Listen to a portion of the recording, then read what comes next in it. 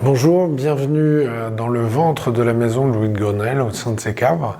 Je suis Guillaume Poitvin, maître de chai de cette maison depuis septembre 2005 et j'ai le plaisir de vous accueillir ici. Ce site qui est un site historique, visitable, bien entendu toute l'année.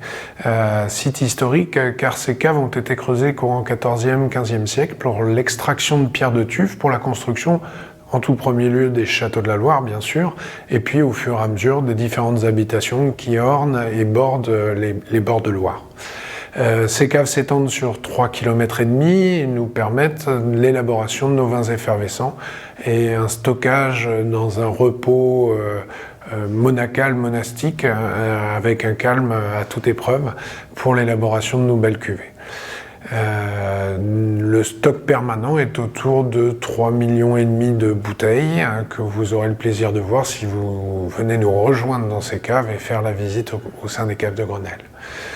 Pour une partie historique réellement liée à cette maison et sur son utilisation en termes de vin effervescent et d'élaboration, nous remontons en 1859 avec la famille Bassereau, puis courant XXe siècle la famille Tessier, et en 1976 la reprise de ces caves et de cette société d'élaboration par Monsieur Baudet, père de l'actuelle PDG Madame Flau, qui elle-même va transmettre la main sous peu à ses enfants à la fin du mois de mai.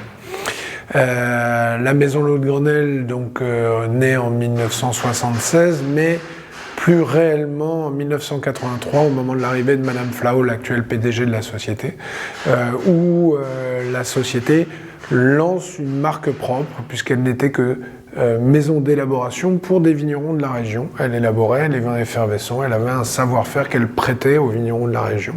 Et à partir de 1983, Madame Flau lance le pari de lancer sa propre marque. Et c'est la naissance réelle de la maison Louis de Grenelle. La maison Louis de Grenelle a des vignes bien entendu en propre au château de la Durantière à Montreuil-Bellay, vignoble qui est dirigé par Antoine, le frère de Madame Flau, où Antoine travaille 45 hectares de vignes répartis sur des chenins, des cabernets francs et des chardonnays. Et pour l'ensemble de nos appros, nous sommes avec un système de vignerons partenaires.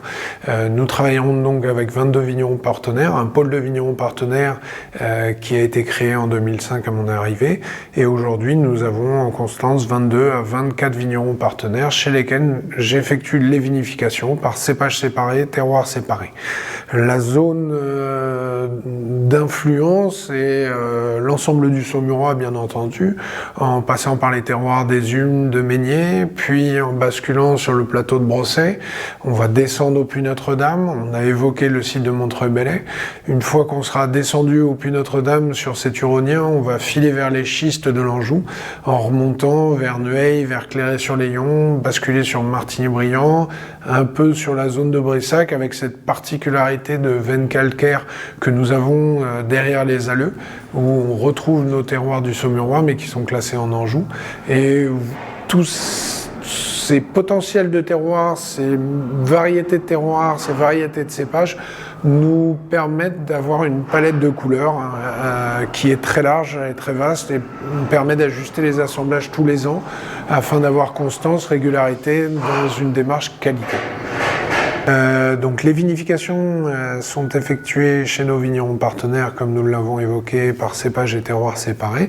Et au mois de décembre, une fois que j'ai fini ces vinifications, je vais ramasser l'ensemble de mes échantillons afin de procéder à ce qu'on appelle notre dégustation d'assemblage annuel, où là, eh bien l'objectif c'est on a évoqué constance, on a évoqué qualité, de conserver cette qualité, de conserver cette constance, malgré l'effet millésime, et donc de réaliser nos assemblages pour perpétuer et faire perdurer cette qualité constante.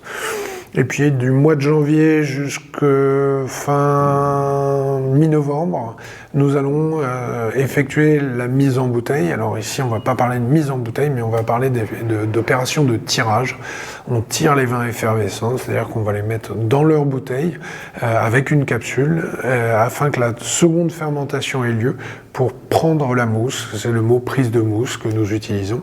Et pour ce faire, on va les coucher et on va les laisser se reposer durant eh bien parfois un temps assez court pour des cuvées simples et gourmandes et sur d'autres cuvées qu'on a vues tout à l'heure ou qu'on verra tout à l'heure, des créments de Loire beaucoup plus élaborés où on va être sur des repos de 4 ans sur latte avec la capsule, les lits, afin que ce vin eh bien, prenne doucement et gentiment sa largeur, sa complexité et nous apporte le meilleur de son potentiel.